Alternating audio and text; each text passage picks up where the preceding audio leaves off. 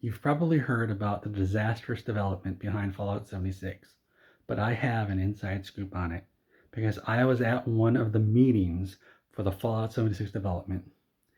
This was when it was being held at one of Todd Howard's mansions. I was hanging off of one of the chandeliers. I was able to sneak in by pretending to be one of the dusters. Todd hires people to dust his mansions all the time. And when I said I was leaving, I didn't actually leave. I snuck up along the side of the wall and just camped out in the chandelier for a few days.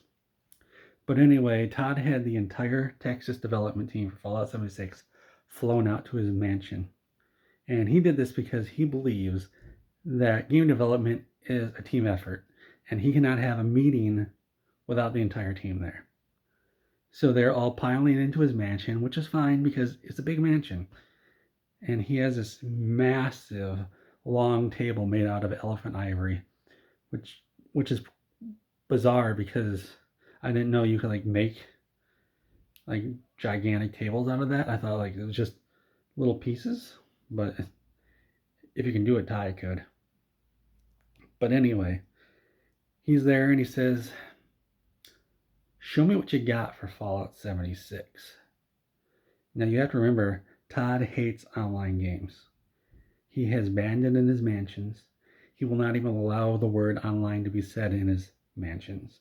One time, one of his sons, I believe it was Todd Jr., said, "Hey, Dad, would you like to play this online?" And before he could finish the rest of the sentence, Todd had disowned him and shipped him off to New York. New York is a very expensive place to live, and now Todd Jr. is homeless. But anyway, back to Fallout 76. The guy says, sure, Todd. So what we want for Fallout 76 is a single shared world. And so we have developed this amazing technology where it starts off as a map of a particular size, in this case 100 kilometers by 100 kilometers. But as more people join the server, the map actually expands sizes and people can spawn out in the new areas of the map. That way, these old areas, they won't get too congested. And then Todd rose his finger like this, which means silence. And Todd said, "No, we're not doing that." The guy said, we've been working on this for like a year now." And Todd said, "No." And the guy said, "Well, what should we do?" Todd shrugged his shoulders and said, "I don't know. You're the one developing it, not me. I don't even want to work on this game." And the guy goes, "Okay, I guess we'll work on that later." But so we've got this other great idea. So we've been working on this amazing AI technology where you can get a companion, and they start out as nothing. You actually build your companion in this biology lab in a vault, and they start out as nothing. And as you play the game, they use a neural network to gain a personality, and they learn how to talk. We're using text to voice, so they learn how to talk, and you can change their voice. And Todd rose his finger. Silence. Todd said, "No." And the guy said, "Well, we've been working on this for 2 years." Todd said, "I don't care. No." The guy said, "Well, this has been 2 years of work, Todd." And Todd said, "Well, just don't have NPCs then. You save a lot of development time." The guy goes, "Oh, okay, all right." The guy shows off the third option. He says, "Okay, we have a vehicle system in the game. You'll be able to make this vehicle and you'll be able to travel in it. And it'll be really cool because you can actually go inside of it. It's not just like a model change. You're actually inside of it. You look out the windows and you look out there. You can modify it and upgrade it to have like TV screens so you can look around."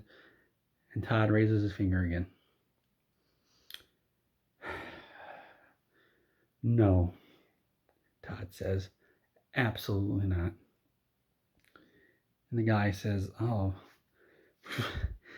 this is actually a system we've been working on with Starfield. Like, this is literally the system for Starfield. Like, we can't just throw it out, because then what is Starfield going to have if we get rid of it? And Todd said, oh no, it's going in the Starfield. It's just not going in the Fallout 76. And the guy, which by the way, I'm calling the guy because I have no idea who he was, because he doesn't work at Bethesda and apparently he doesn't exist anymore. But anyway, he says, no vehicles, and all right. And he's going through his notes and he realizes Todd's not going to like any of it. And he's about to burst into tears. And Todd's sitting there completely emotionless. And the guy says, what can we put into the game then, Todd?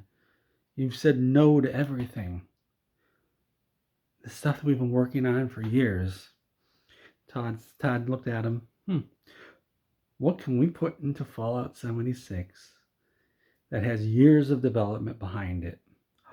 I know. Put Skyrim in Fallout 76. You didn't think it was going to happen, did you? You were wondering, how is this going to be about Skyrim? And that's how it happened. Todd would only say yes to Fallout 76 if they could put Skyrim in it. But he didn't care about the game, and they didn't put it in the game, which is why it came out the way it was without Skyrim. When Todd found out Skyrim wasn't in it, he was pissed. Very angry.